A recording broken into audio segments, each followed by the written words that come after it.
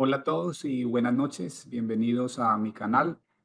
Hoy tengo un programa que no esperaba hacer esta semana porque tuvimos un programa antes de ayer, un programa bastante largo, hablando de una acusación que se le hace a los católicos con respecto al tema del pelagianismo y definitivamente quería tocar ese tema, pero a mi correo, o mejor dicho, en el canal, una persona católica hizo un comentario que me dejó preocupado y dije, bueno, hay que abordarlo lo más pronto posible. Y tiene que ver con este tema, una acusación que desafortunadamente se ha vuelto muy común del lado de nuestros hermanos protestantes en cuanto al tema de la idolatría. Entonces, como ven ustedes en la foto, vemos dos mujeres rezando probablemente un rosario a la bendita Madre María y este es el tipo de situaciones que generalmente algunos de nuestros hermanos cristianos no católicos utilizan para atacar a los católicos y acusarlos del serio pecado de la idolatría. Entonces, quiero hoy abordar el tema. De nuevo, lo hago como una respuesta a una persona que en mi canal eh, me envió esa preocupación. La preocupación fundamental de ella es el tema de las imágenes. O sea, estas imágenes tienen que ver con la idolatría. ¿Qué podemos hacer? Estamos pecando como católicos. Entonces les voy a poner un extracto del correo que ella nos mandó. Dice así, o del comentario que hizo en mi canal. Dice, me gustaría que explique por qué nuestra Biblia católica dice, no te hagas imágenes ni las adores, y más si estas son de madera o yeso, ya que a Dios no lo conocemos. Pero nuestra iglesia está llena de estatuas y yo estoy confundida porque en la Biblia dice que Dios aborrece a los que tienen imágenes. Y me decía esa persona en el comentario que se siente un poco turbada cuando va a misa y ve todas estas imágenes, porque de alguna forma, digamos que por esto, por estas objeciones que algunos hermanos protestantes quizá le han hecho, entonces siente que está de alguna forma rompiendo el primer mandamiento. Entonces, yo creo que es importante tocar el tema y a ver qué es lo que nos dice la Biblia, ¿cierto? Porque al final del día, lo que los hermanos protestantes le están diciendo a esta persona es, la Biblia está condenando el catolicismo, la Biblia está condenando esa actitud católica o esa práctica católica de venerar santos, de tener estatuas e incluso de tener cualquier tipo de imagen en sus iglesias, ¿cierto? Entonces, yo creo que ese es el tema que tenemos que abordar hoy, es, bueno, desde la Biblia, ¿quién tiene la razón? ¿Tiene razón los protestantes o tenemos la razón los católicos al tener imágenes, al, en algunos casos, venerar santos, pedir intercesión? Aunque hoy me voy a concentrar solamente, porque es como se dan cuenta, es un tema largo, está el tema de la intercesión de los santos, pero me voy a concentrar sobre todo en este tema de las imágenes, que yo creo que es importante, incluido entre esas, por supuesto, el tema de las estatuas que tenemos en las iglesias, las imágenes que vemos eh, también en las iglesias de cuadros, murales, etcétera, etcétera. Entonces, la pregunta del millón, ¿qué nos dice la Biblia al respecto? ¿Condena esa práctica, sí o no? Entonces, vamos a verlo. Entonces, el primer punto fundamental, ¿cuál es el punto en disputa aquí? Es el primer mandamiento. Y como hicimos en la sesión pasada sobre el pelagianismo, voy a tratar de darles un argumento, ponerme los pies de un hermano o hermana protestante en su forma, la forma en que yo leo la Biblia, y voy a hacer el argumento en contra del catolicismo y de la práctica católica. Entonces, el tema aquí que está en discusión es, de nuevo, el primer mandamiento. Entonces, en Éxodo 20, capítulo 20, estamos hablando de eh, Moisés, cuando recibe los mandamientos, se sella la alianza con Dios, que había sacado a los israelíes del pueblo de Egipto, y cuando sella la alianza, Dios le da al pueblo de Israel 10 mandamientos, que son los mandamientos, son el requerimiento de Dios para estar en alianza o en pacto con el pueblo de Israel. Entonces, ¿qué es lo que dice Éxodo 23:5? Dice específicamente, no tendrás otros dioses delante de mí, no te harás imagen, y la palabra en hebreo es pesel, ni ninguna semejanza de lo que esté arriba en el cielo, ni abajo en la tierra, ni en las aguas debajo de la tierra. Entonces, a ver, primer punto aquí importante, siempre va a depender mucho qué Biblia estamos leyendo, ¿cierto? Por ejemplo, en este caso, esta traducción que tengo aquí dice, no te harás imagen, pero la palabra pesel realmente es, no harás ídolos. Esa es la palabra, la traducción específica. Y una de las cosas que va a ser fundamental, y desafortunadamente no tenemos el hebreo directamente, pero es que cada vez que Dios da este mandamiento, Él lo hace con la palabra pesel. Es decir, lo que le está diciendo, no te harás ningún ídolo, ni ninguna semejanza de lo que esté arriba en el cielo, ni abajo en la tierra, ni en las aguas debajo de la tierra. Entonces, a ver, el primer punto aquí donde vamos a entrar a los hermanos protestantes a ver cuál es la fuerza de su argumento. O sea, visto tal como está aquí, uno podría decir, ellos tienen la razón, porque cualquier imagen de algo que está en el cielo, incluyendo ángeles, incluyendo santos, incluyendo a la Virgen María, entonces caería dentro del rompimiento del primer mandamiento. ¿Correcto? Entonces, si eso es así, y Dios es un Dios coherente y consistente, deberíamos ver que no se rompe este mandamiento de ninguna forma, o mejor dicho, que si se rompe este mandamiento, Dios lo desaprueba y lo condena. Esa debería ser la norma si la interpretación protestante con la que nos acusan a los católicos es correcta. Entonces, ¿qué es lo que voy a hacer yo? Si yo encuentro instancias o ejemplos en la Biblia en las que hay un rompimiento de esta regla, entonces vamos a tener que entender muy bien, porque entonces el punto de vista protestante va a tener excepciones y vamos a tener que darnos cuenta de por qué, en qué circunstancias se dan esas excepciones y vamos a ver si esas excepciones al final del día aplican para el caso católico. Entonces, de nuevo, está muy claro el mandamiento, dónde se da, y es muy importante que lo miren, en Éxodo 20, capítulo 20. ¿Por qué lo digo? Porque vamos a ver que vamos a tener ciertos textos bíblicos que nos van a dar, que nos van a poner este versículo, vamos a tener que darle una interpretación y ese va a ser un punto importante. ¿Por qué? Porque la Biblia tiene que ser interpretada.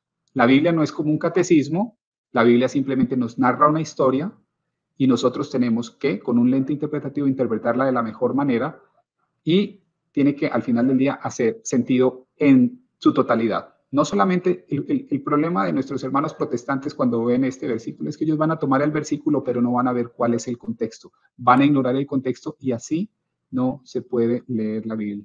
Es fundamental el contexto. Entonces, más adelante dice esta otra parte que no nos podemos olvidar, dice, no te inclinarás a ellas, o sea, a las imágenes, a los pesel, a los ídolos, ni las honrarás, porque yo soy el Señor tu Dios fuerte, celoso. Entonces, no se pueden hacer imágenes de nada que esté en el cielo, uno no se puede inclinar ante ellas y no se puede honrar. Está claro, ¿cierto?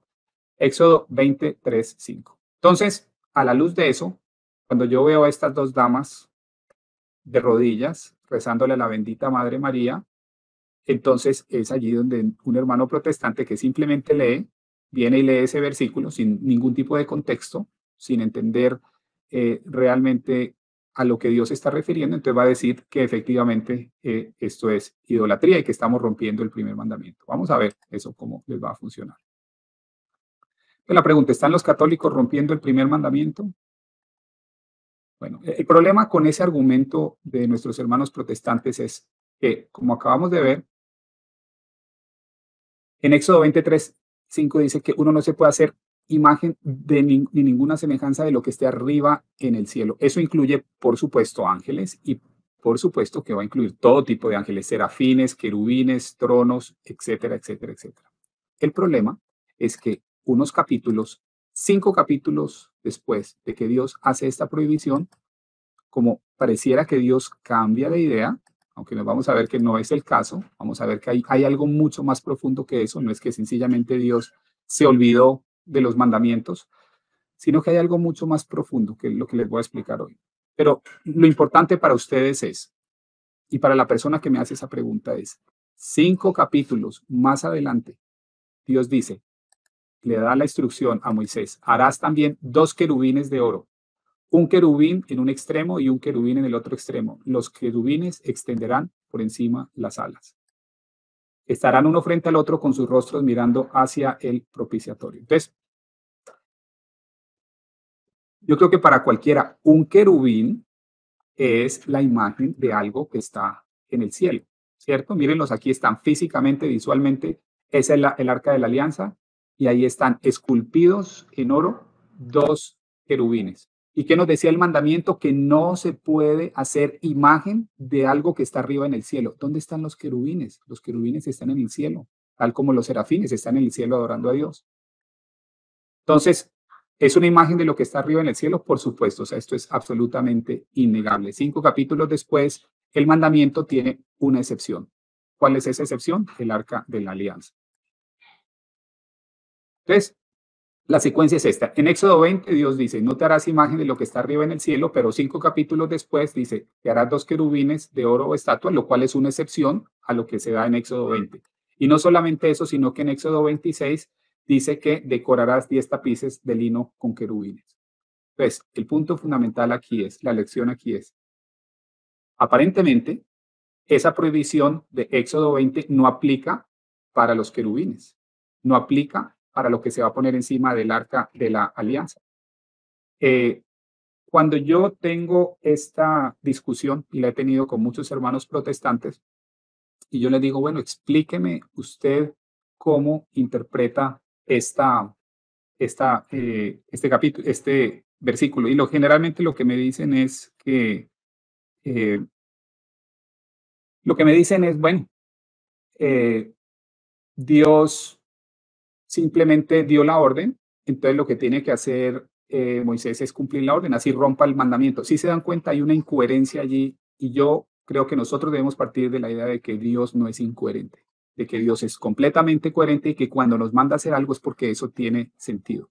Y si lo que tenemos en mente y la forma en que lo estamos interpretando no tiene sentido, el problema puede ser de la persona que está haciendo la interpretación. Y en este caso, nuestros hermanos protestantes, voy a mostrarles que el problema es en su interpretación, de no tener en cuenta el contexto y de no tener en cuenta todos los elementos que le sirven a uno para interpretar adecuadamente el mandamiento. Entonces, sigamos adelante.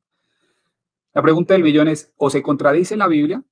Como sería el caso de un hermano protestante. Ya de antemano un protestante entra con un problema, porque nos va a tener que demostrar por qué la Biblia se está contradiciendo.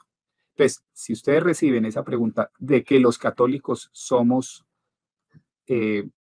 idólatras, entonces háganle ustedes la pregunta, muéstrenle el mandamiento en el Éxodo 20 y pregúntenle a su hermano protestante o a su amigo protestante por qué 5 capítulos después Dios manda a hacer imágenes de algo que está en el cielo, que son los querubines. Y van a ver toda una serie de respuestas, muchas de ellas no van a tener ningún sentido, pero yo quiero que ustedes también, así como les hacen la pregunta, devuelvan esa pregunta y van a darse cuenta de que en muchos casos no van a encontrar una respuesta coherente. Entonces, sigamos y les voy a mostrar. Antes de irme a otro ejemplo bíblico, porque tengo varios aquí que les voy a dar, muy interesantes, pero déjenme mostrarles y nos vamos a ir a la Biblia y les voy a leer. Quiero que ustedes miren este. Vamos a irnos, si ustedes tienen sus Biblias allí, por favor, les pido que tengan en cuenta este pasaje. Primera de Reyes,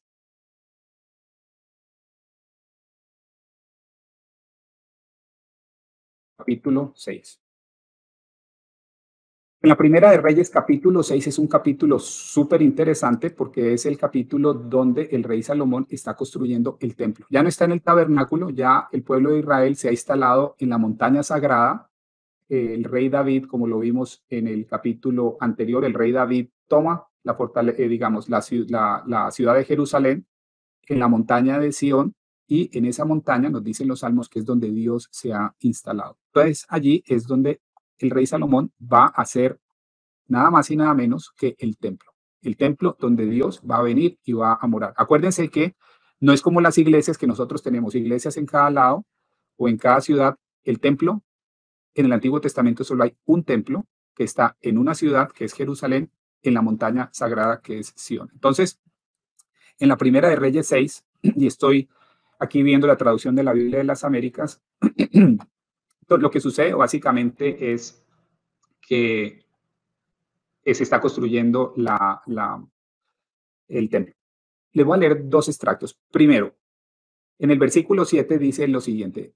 Se utiliza la palabra, en vez de utilizar la palabra templo, se utiliza la palabra casa. Dice, la casa mientras se edificaba se construía de piedras preparadas en la cantera y no se oyó ni martillo, ni hacha, ni ningún instrumento de hierro en la casa mientras la construían.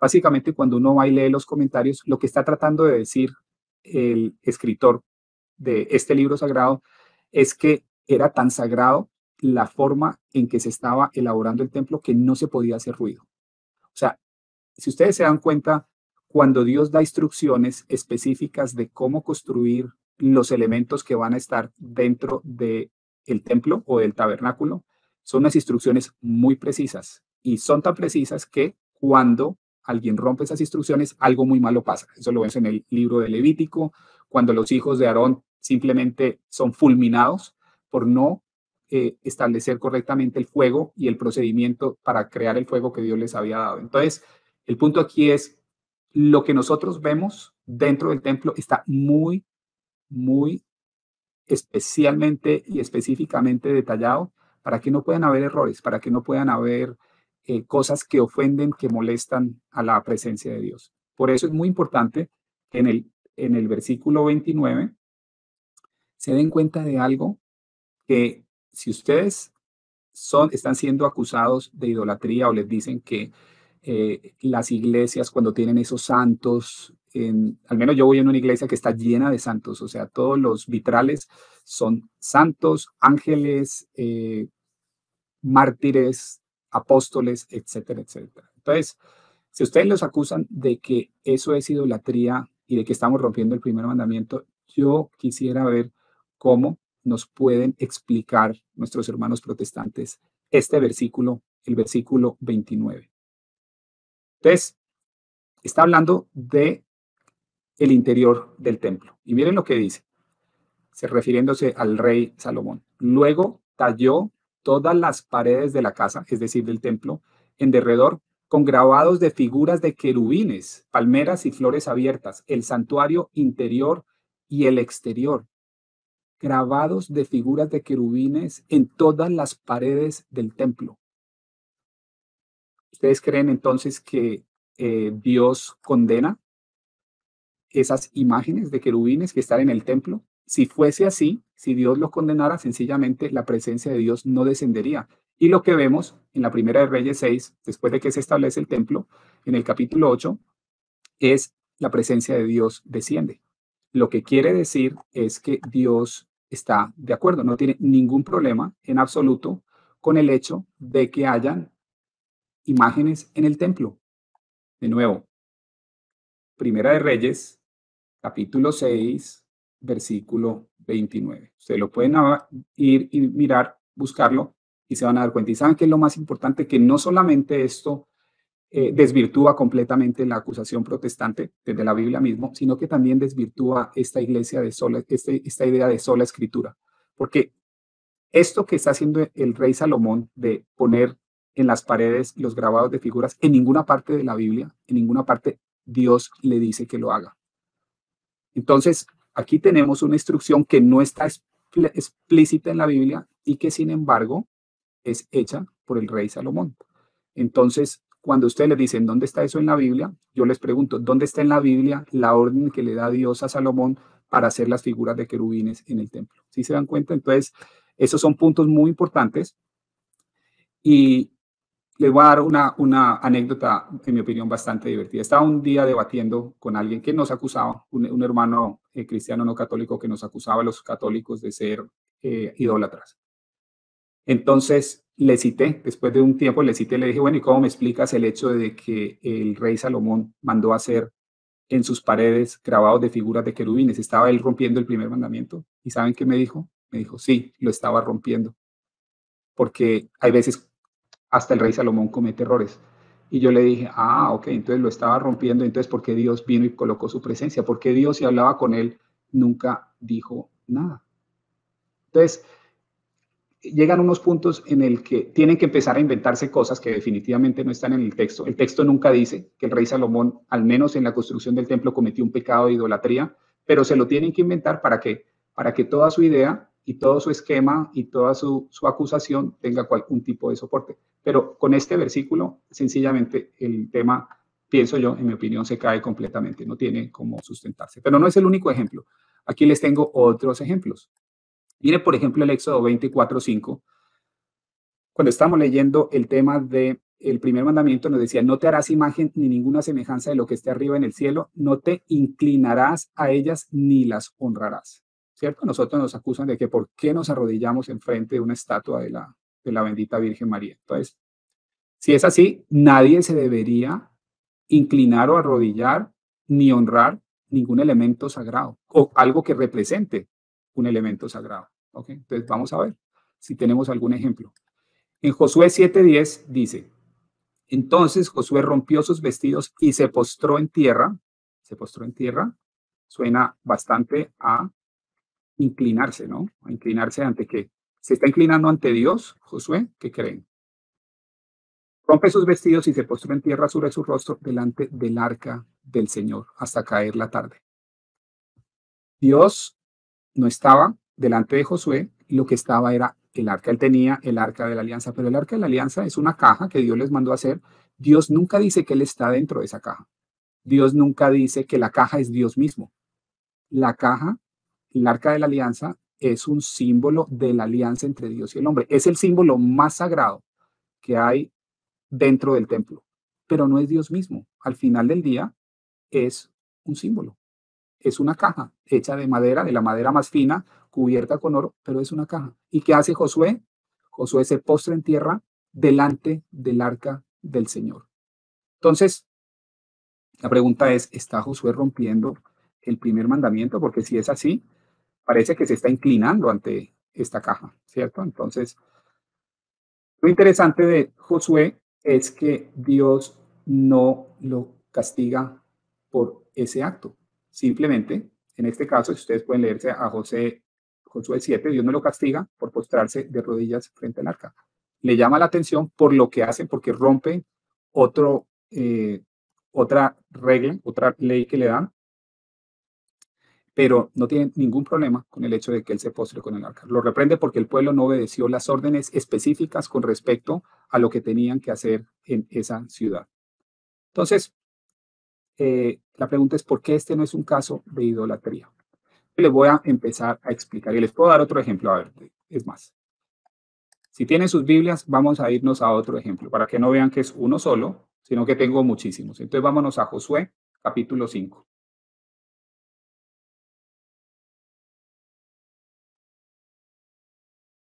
En Josué capítulo 5 tenemos que al final hay una,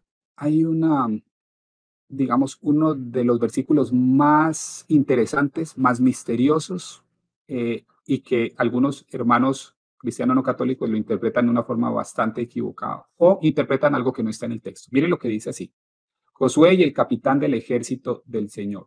Y sucedió que cuando Josué estaba cerca de Jericó, levantó los ojos y miró, y he aquí un hombre estaba frente a él con una espada desenvainada en la mano, y Josué fue a él y le dijo, ¿eres de los nuestros o de nuestros enemigos? Y él le respondió, no, más bien yo vengo ahora como capitán del ejército del Señor. ¿Está diciendo que él es Dios? No, está diciendo que es el capitán de las huestes o del ejército del Señor. En la tradición católica y en la tradición judía se ha interpretado que este es el arcángel Miguel. Pero bueno, es el capitán del ejército del Señor. ¿Y qué hace Josué? ¿Qué hace Josué ante él? Este no es Dios, está claramente le está diciendo, soy el capitán del ejército de Dios, no soy Dios. Josué se postra en tierra y le hace reverencia. Eso está en la Biblia. Y dijo, ¿qué dice mi señor a su siervo? Entonces el capitán del ejército del Señor dijo a Josué, quítate las sandalias de tu pie porque el lugar donde estás es santo, y así lo hizo Josué. Entonces, yo quisiera entonces que nuestros hermanos protestantes que nos acusan de idolatría me explicaran cómo leer entonces ese versículo de la Biblia. Mire, no te harás imagen de ninguna semejanza de lo que está arriba en el cielo y no te inclinarás ante ellas ni las honrarás, porque dice que supuestamente solo ante Dios. Entonces hay algo aquí que tenemos que entender para poder interpretar adecuadamente estos pasajes, porque si no lo hacemos, entonces vamos a tener una contradicción en la Biblia. Y ahí lo que sucede muchas veces es que los hermanos que no tienen una buena teología, entonces empiezan a inventarse cosas, empiezan a decir que el ángel, el capitán de las huestes del Señor es Jesús. El texto no lo dice, el texto dice que es un ángel y que es el capitán de las huestes del Señor. No está diciendo que sea Jesús. De hecho, la tradición nos dice una cosa, algo, o sea, no puede interpretar que es Jesús, puede decir que es Jesús. El punto es, el texto explícitamente no lo dice. Entonces, vamos, y hasta aquí lo que les he mostrado en resumen es que la acusación, si me van a acusar a mí como católico de idolatría, vamos a tener que acusar a Josué y vamos a tener que ir a acusar también a Moisés porque hizo, perdón, a Salomón porque hizo los querubines. Entonces, si se dan cuenta que no tiene mayor sentido, hay algo allí que nuestros hermanos protestantes que hacen la acusación, algo de lo que se están perdiendo, algo que no es coherente en el argumento. Entonces les voy a empezar a explicar un poco para que ustedes entiendan. Primero que todo, cuando uno está leyendo la Biblia, hay que entender muy bien cuál es el contexto en que se está entregando. Entonces, el contexto de los israelíes entrando en la tierra de Canaán, saliendo de la tierra de Egipto, es un contexto donde hay claramente dos bandos. ¿Cuáles son esos dos bandos? Y me refiero no a dos bandos físicos, sino a una lucha espiritual. Está por un lado Yahvé, el Señor, nuestro Dios, que también se lo conoce allí como el Señor de los ejércitos. Vimos en Josué 5 el ángel que dice, soy el capitán de las huestes del Señor, o sea, de los ejércitos del Señor. Y tenemos que Yahvé tiene muchos de sus ángeles que trabajan con él. Al otro lado, el adversario fundamental, el enemigo fundamental de Dios es el dios Baal y su consorte Acera. ¿Por qué son los adversarios fundamentales? Porque los israelitas hacían ídolos, especialmente de acera. Entonces, el problema está en que cuando entran los israelitas a la tierra de Canaán, muchos de ellos se olvidan de la fidelidad que les exige Yahvé y se dedican a pedirle cosas a Baal, a pedirle cosas a Acera y a hacer devoción y hacer adoración a estos dioses paganos. Estos son exactamente los ídolos a los que se está refiriendo. Ahora, hoy en día tenemos los Baal y Acera de muchas formas. Hay gente que idolatra el dinero, hay gente que idolatra el éxito, hay gente que idolatra a Lucifer, hay gente que idolatra a otros dioses paganos. Entonces, todos ellos caen en esta misma categoría. Entonces, a lo que yo quiero que ustedes vean es que hay dos bandos y cuando estamos hablando del bando de Baal y de Acera es cuando Dios pone esas prohibiciones. Pero cuando estamos hablando de Yahvé, el Señor de los ejércitos, y de aquellos que están con Él en el cielo, los que son sus huestes, cuando las cosas pasan de este lado, no es lo mismo que cuando pasan del otro lado.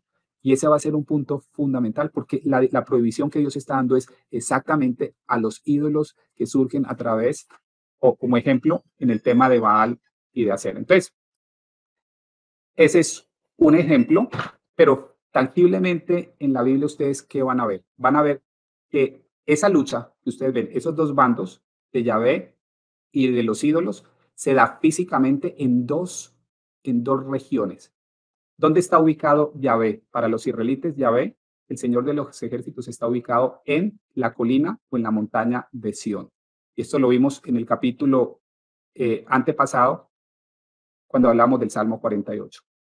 Y también les mostraba yo que Baal y su consorte se creía que estaban ubicados en el norte, en lo que se conoce como el monte Safón, que es hoy en día se lo conoce como el Jebel Akra, la montaña Jebel Akra, pero en su momento era el monte Safón. Entonces, ese es el contexto, es un contexto de una guerra cósmica entre las fuerzas del bien y estos dioses inferiores que desafortunadamente los israelitas procuraban adorar. Ahora ustedes ven la palabra, hay uno de esos, hay una de las formas de Baal, de este dios cananita, que evolucionó y se convirtió en el nombre de Belcebú. O sea, Baal-Zebub se convirtió en Belcebú y ese es uno de los que hoy se conocen como uno de los demonios. Entonces, este es el problema que se manifiesta en el Antiguo Testamento como una adoración a las figuras de acera. O sea, los israelitas empiezan a crear estas figuras,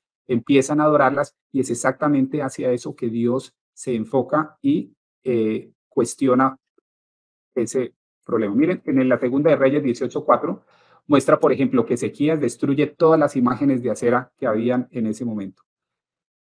La Biblia condena estas imágenes de acera en 40 ocasiones. Entonces, este es un punto muy importante porque, de nuevo, yo quiero que ustedes entiendan cuál es el contexto para que sean capaces de articular una buena respuesta.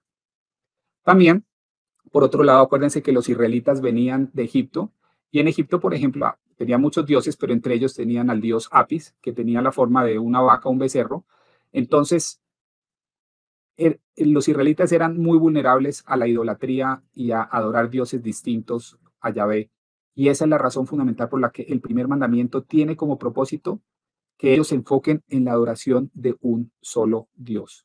¿Dónde lo vemos de forma clara? En la primera de Samuel 7:3, vamos a ver realmente cómo estas cosas, cómo este rompecabezas, digamos, cuando todas las piezas se juntan y hacen sentido. Miren lo que dice la primera de Samuel 7:3. Dice, entonces Samuel habló a toda la casa de Israel diciendo, si os volvéis al Señor con todo vuestro corazón, quitad de entre vosotros los dioses extranjeros y las astartes, o sea, las asheras, y dirigid vuestro corazón al Señor y servirle solo a Él, y Él os librará de la mano de los filisteos. Entonces, miren, el tema es, el primer mandamiento, en el contexto en que se está dando, va es a sacar otros dioses distintos de Yahvé. Y dice, un versículo más adelante, los hijos de Israel quitaron los Baales y las Astorets y sirvieron solo al Señor. Entonces, aquí vemos nuevamente esta lucha cósmica o este problema entre los dos bandos.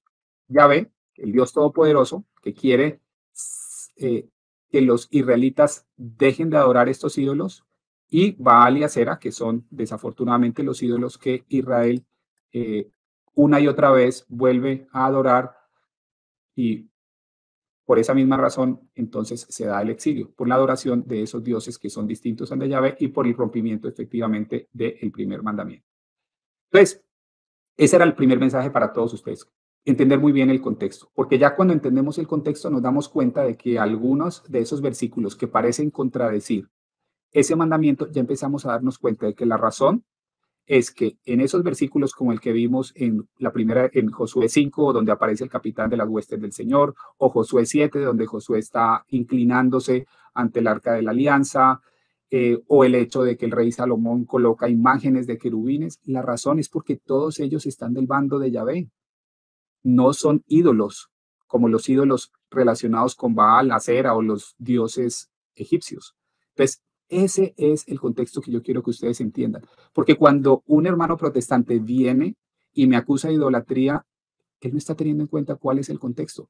Y aquí el punto fundamental es, esa rayita que ustedes ven en la imagen que les estoy mostrando, esa rayita es la rayita importante, porque lo que esté del lado de Yahvé tiene un tratamiento distinto a lo que está del lado de los ídolos. Y esa es la razón, de nuevo, esa es la forma en que nosotros podemos explicar esos pasajes que de otro modo son incoherentes o son contradictorios, o un hermano protestante tiene que empezar a inventarse una cantidad de ideas y cosas que no están en el texto para poder soportar su acusación. Entonces, ese es el contexto y hay que entenderlo. Ahora, el segundo punto fundamental. Hay una diferencia esencial entre el Antiguo Testamento y el Nuevo Testamento. La venida de Jesús transforma todo. Y en la venida de Jesús a nosotros se nos otorga el Espíritu. Eso lo vamos a ver en varios de los pasajes que generalmente me gusta citarle. Aquí les voy a citar algunos, que les podría citar, me podría quedar horas citándoles pasajes. Pero antes de empezar y entrar de lleno o darles una introducción a qué es lo que sucede en el Nuevo Testamento que no sucede en el Antiguo Testamento, voy a mostrarles dos pasajes bíblicos que son muy representativos. El primero es Deuteronomio 4:12. Miren lo que dice Deuteronomio 4:12. Y esto es parte del problema con los ídolos. Entonces el Señor os habló, ese es Moisés hablando con los israelitas, de en medio del fuego, oíste su voz, solo la voz, pero no viste figura alguna. Esa es la clave. ¿Por qué Dios les dice no hagáis figuras? Porque lo que está diciendo es que el Señor nunca tomó una figura. Dios como tal nunca tomó una figura. Razón por la cual sabemos que el ángel que se le aparece a Josué no era Jesús, porque nos dice el Señor que Él no toma una figura. Entonces, ese es un punto muy, muy importante. ¿Por qué?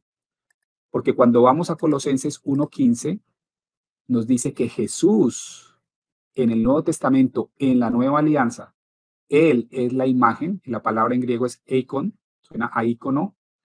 Él es la imagen del Dios invisible, el primogénito de toda la creación. Entonces, aquí hay un elemento fundamental.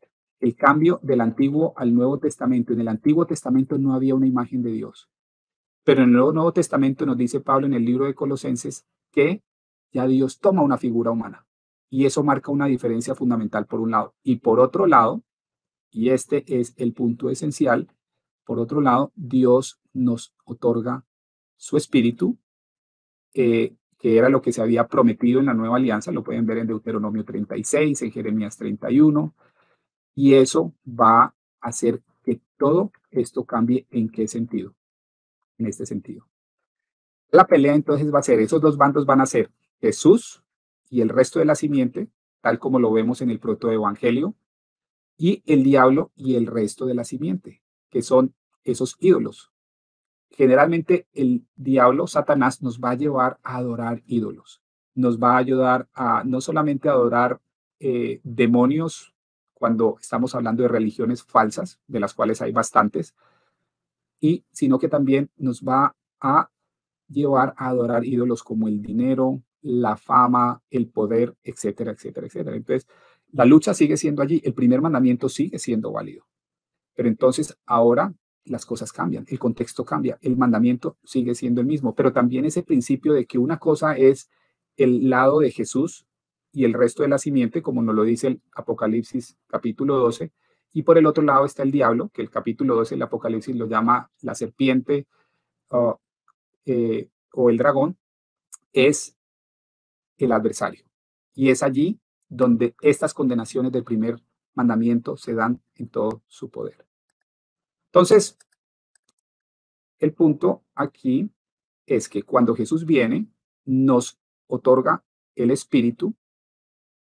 Recibimos, desde el punto de vista católico, tenemos la idea de que recibimos la gracia santificante en la justificación, en el bautismo, y eso nos permite algo que es fundamental entender. Este pasaje, no se les olvide, la segunda de Pedro 1:4.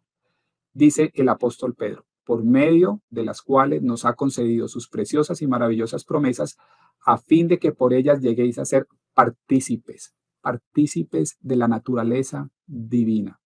En la teología católica, este es uno de los versículos más importantes, porque nos dice que cuando estamos del bando de Jesús y cuando estamos buscando nuestra santificación y cuando estamos haciendo todo lo posible por agradar a Dios, nosotros nos convertimos en partícipes de la naturaleza divina. Y ese es un elemento fundamental, porque cuando yo estoy hablando de, como católico, poner santos, imágenes de santos, estatuas de santos en una iglesia, ellos están representando esa participación en la naturaleza divina. Las obras buenas que los santos hacen y los llevan al cielo, esa santificación, para nosotros como católicos es un efecto de la gracia. Acuérdese que en Juan 15 Jesús decía, sin mí no podéis hacer nada. Por lo tanto, todas las buenas obras que un santo hace, las hace por cuenta de qué?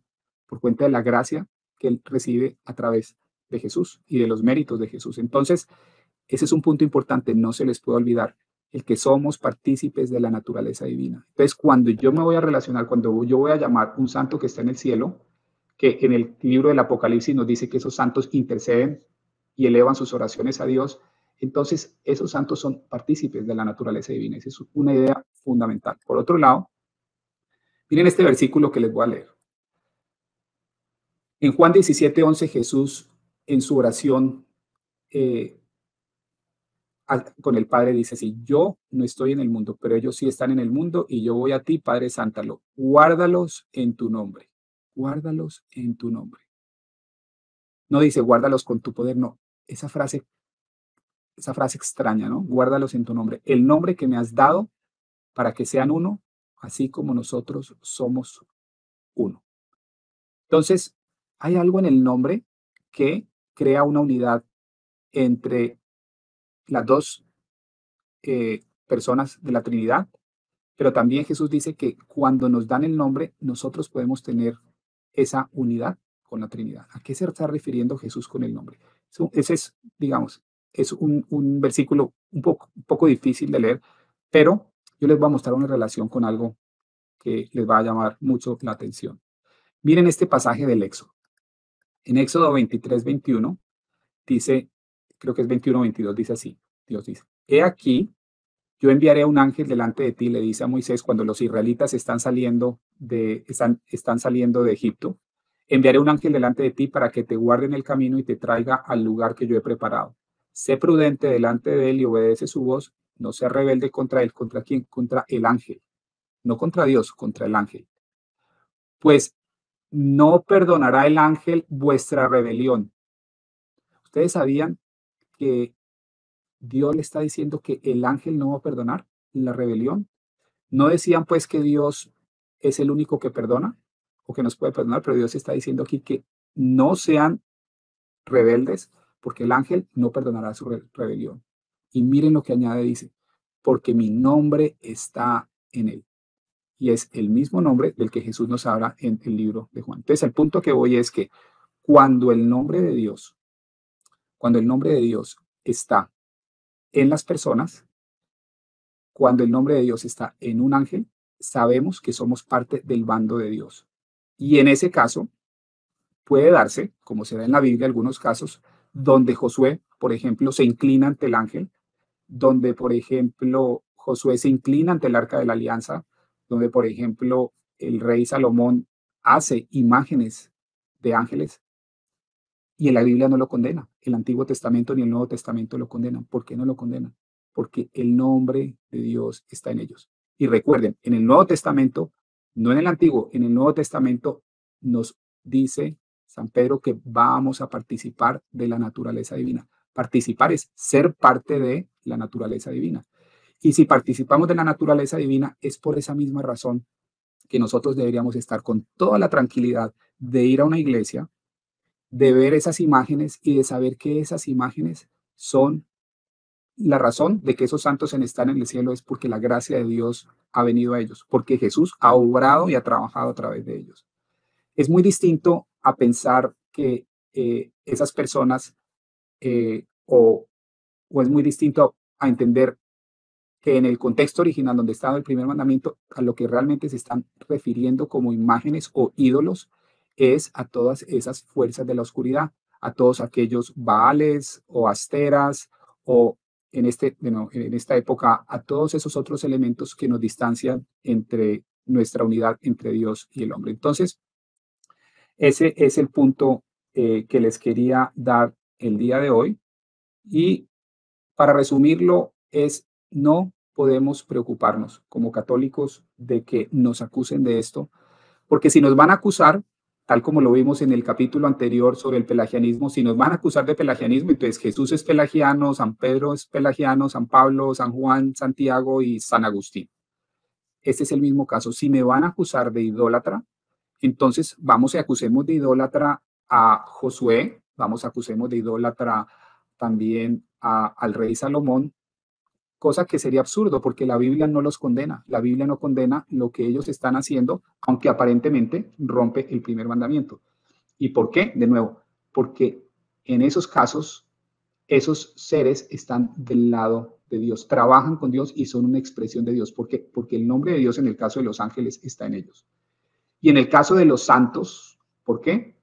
Porque como sabemos, nos volvemos partícipes de la naturaleza de Dios y nos santificamos.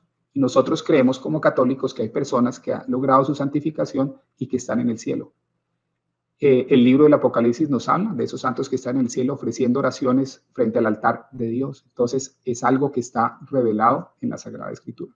Razón por la cual yo no tengo ningún problema en ir a una iglesia, en ver esas imágenes, porque sé que esas imágenes representan esos santos, tal como las imágenes de los querubines en el templo representaban los querubines que están en el cielo. Si se dan cuenta, tenemos todos los elementos en la Sagrada Escritura para poder defender nuestra posición. Eso es lo que les quería traer hoy, darles ese parte de tranquilidad, y a la persona que me escribió decirle que esté muy tranquila, que de ninguna forma estamos rompiendo el primer mandamiento. Porque si fuese así, entonces la Biblia se estaría entrando en una tremenda contradicción. La lección de hoy es: la Biblia hay que leerla completa y hay que leerla en su contexto. No podemos tomar, hermanos protestantes, pasajes aislados y querer aplicarlos a la fuerza. Hay que entender cuál es el contexto completo. Y si hay un pasaje que aparenta contradecir a otro, tenemos que ver cómo se debe interpretar adecuadamente. Porque lo peor que podemos hacer es ir por ahí haciendo afirmaciones que al final del día lo que hacen es dar una imagen o una idea de que la Biblia está en contradicción. La Biblia no está en contradicción, la Biblia no se contradice, pero tenemos que aprender a interpretarla adecuadamente. Entonces tenemos aquí antes de irnos, unos comentarios. Tenemos a Salvador, que nos dice: nadie venera una imagen, veneramos al santo o a la Santísima Madre. Eso es lo que no les cabe en la cabeza, eso es correcto. Y de nuevo, ese santo es un santo que hoy en día en el cielo participa de la naturaleza de Dios.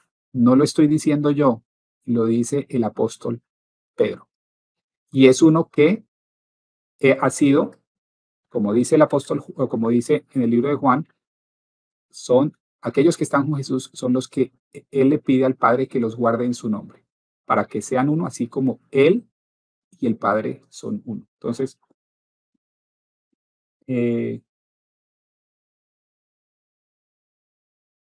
bueno, entonces aquí dice: todavía no distingue los tipos de culto, pero creo que tiene algo claro entre veneración y adoración. No quiero meterme en la distinción entre latre y dulia.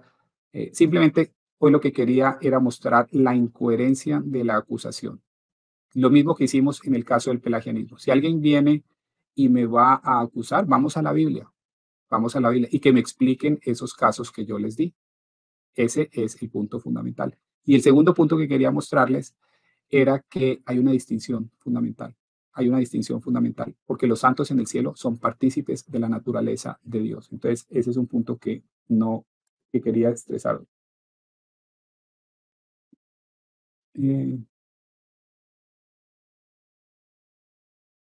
A ver.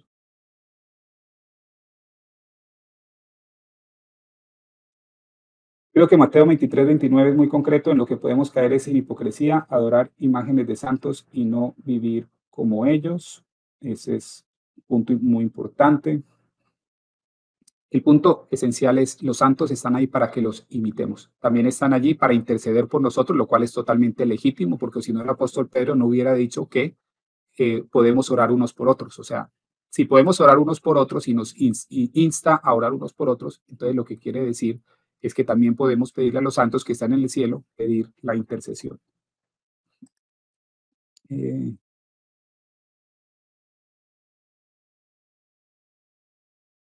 Hugo, ¿podrías explicar las imágenes en los padres de la iglesia? Esa es una historia, digamos, es una historia larga, y yo creo que vale la pena un programa, porque podemos ir al tema de, digamos, hablar del concilio donde se habló del iconoclastismo y por qué al final los padres de la iglesia, cómo llegaron a ellos a la conclusión de que era lícito y legítimo la veneración, porque había un debate en la iglesia antigua. Pero en ese sí me gustaría ir realmente que miráramos cuáles son los documentos a los que digamos, lo que se discute, cuáles son los argumentos. Hay unos temas históricos que son muy importantes. Entonces, ese lo podemos dejar. Bueno, entonces parece que Unidos en la Fe tenía una pregunta, pero ya está bastante tarde. Entonces, eso es lo que les quería traer el día de hoy. Quería mostrarles esos casos, recuérdenlos muy bien. Y cada vez que los acusen de idolatría, muestren a sus hermanos protestantes esos casos y queden pendientes de cómo responden. Porque hasta ahora no he encontrado la primera respuesta que me pueda convencer. Me parece que son unas respuestas que no tienen ningún sentido y que no tienen nada que ver con el texto. Entonces, espero que les haya gustado ese mini estudio bíblico que hicimos hoy sobre este tema y espero entonces que nos vemos la próxima semana, ojalá para poder comenzar esta serie del libro del Apocalipsis. Muchísimas gracias.